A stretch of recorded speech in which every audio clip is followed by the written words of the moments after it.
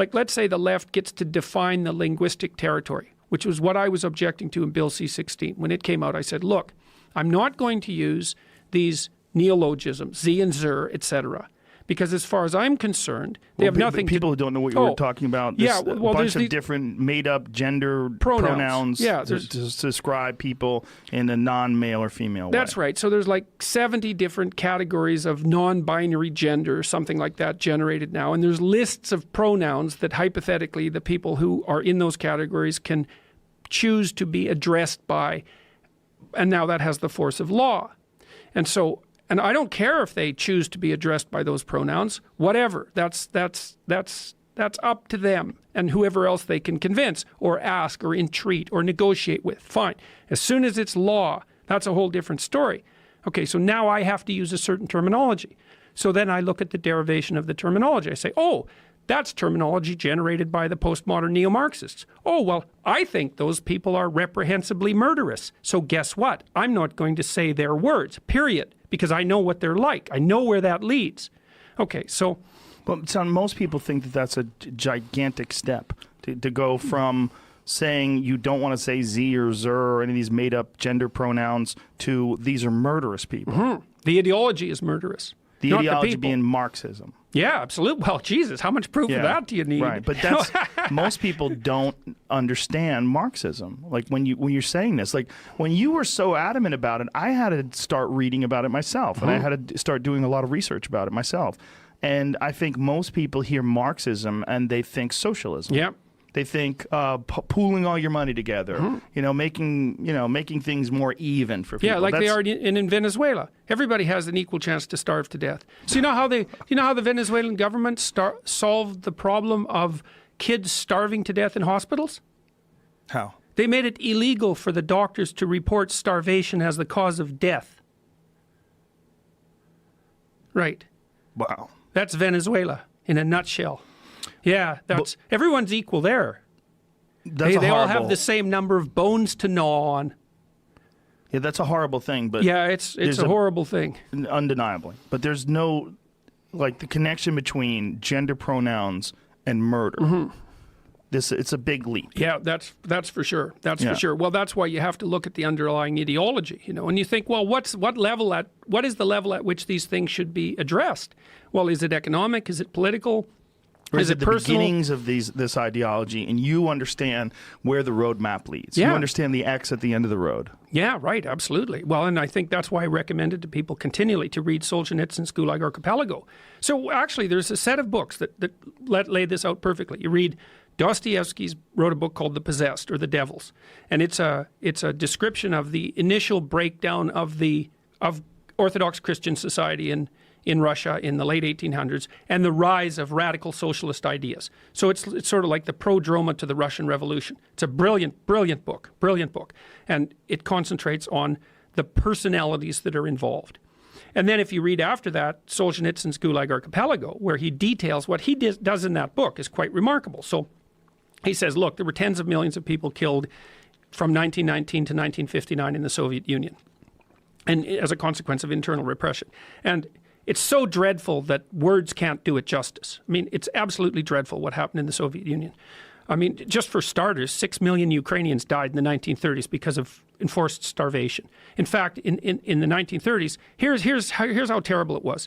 So all the food that the newly collectivized farmers had produced, which wasn't very much, by the way, was taken from them and brought to the cities. So all the farmers starved to death. Now, here's how draconian it got. So let's say you were the mother of some children, and all your grain had been shipped off to the cities, and you thought, well, I'm not going to have my children starve to death. I'm going to go out in the field, and I'm going to, on my hands and knees, and I'm going to pick up the grains that are left over that the harvesters didn't get, and I'm going to feed those to my kids. That was punishable by death. You were supposed to hand in those extra bits of grain so that they could be shipped to the city as well. So that was just the beginning of the fun in the Soviet Union. And what Solzhenitsyn did was say, look, this wasn't a consequence of the Marxist system gone wrong. This was a consequence of the Marxist system. It was an inevitable consequence of the axioms of the Marxist system. And then he lays that out. And it's, well, I think he got it right. And what is that why he won the connection? Nobel Prize. But what is the connection? How much tyranny you have to impose in order to produce something like equality of outcome. And Thomas Sowell's talked about this a little bit too. He said, what the people who are agitating for equality of outcome don't understand is that you have to cede so much power to the authorities, to the government, in order to ensure equality of outcome that a tyranny is inevitable. And that's right. And another problem with equality of outcome, this is also a big technical problem, is like, well, what measure of outcome? There's lots of outcomes, like how happy are you? How much pain are you in? How healthy are you? How much money do you have? How much opportunity for movement forward do you have? What's the width of your social connections? Like, what's the quality of your friendships?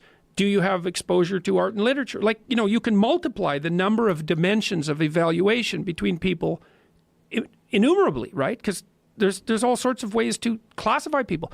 You're going to get equality of outcome on every one of those measures? Is like everyone going to have to be equally happy in their relationship?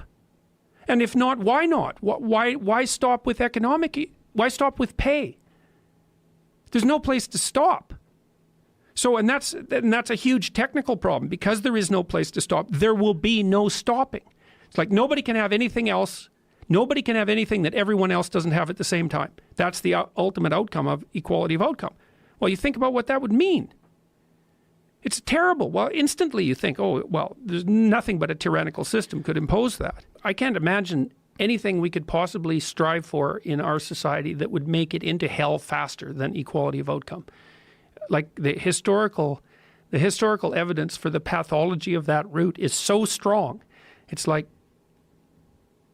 you have to be historically ignorant beyond belief, or malevolent or resentful beyond comprehension in order to think that that's a good idea, to argue for that. I agree with you, but I think that even if you came into this with no knowledge of history, but a complete understanding of human beings, you would say, well, that doesn't make any sense. And one of the best quotes that I've ever read about it is that if you have real, true freedom, you're never going to have equality of outcome. Because with real, true freedom, you have the freedom to not engage. Well, look, if you look at a guy like Jeff Bezos, for instance, that Amazon guy is worth more money than anybody ever, right? That guy works all day. Yeah. I mean, he's a maniac. Oh, he's yeah. acquiring all these different companies, and everything he's doing is designed to succeed. Yeah. I mean, he's just Well, that's what fanatical Gates just about it. said, Yes. too, in a recent interview. And I know some guys that are, they're in approximately the same universe as those two, and they just work all the time. That's all they do. All the time. Yeah. And they don't just work. They work so efficiently and so effectively and make use of every second in ways you can't even imagine unless you're in that sort of position. So, and, doing that doesn't mean that you will succeed, but not doing it certainly means that you will fail. Well, not doing it certainly means you will never achieve that level of success, and that's what we're talking about. We're talking about equality of outcome. Yeah. I don't want that. I don't want to be that guy. I don't want to work like that. I don't want to do what he's doing, and I should have the freedom to not do that. Yeah. As he should have the freedom to do that. If we're going to play this game called capitalism, which we're all agreeing is probably, at least in as far as the models that we have right now, is the best one that we have. If we're all going to play this game, if someone decides to be the Michael Jordan of capitalism, you can't stop them. Mm-hmm. You can't say, no, you're playing this game too well. You're playing this game too hard. You're too obsessed with this game. You're going to have that. Yeah, you can stop them. You can try to stop people from winning crookedly.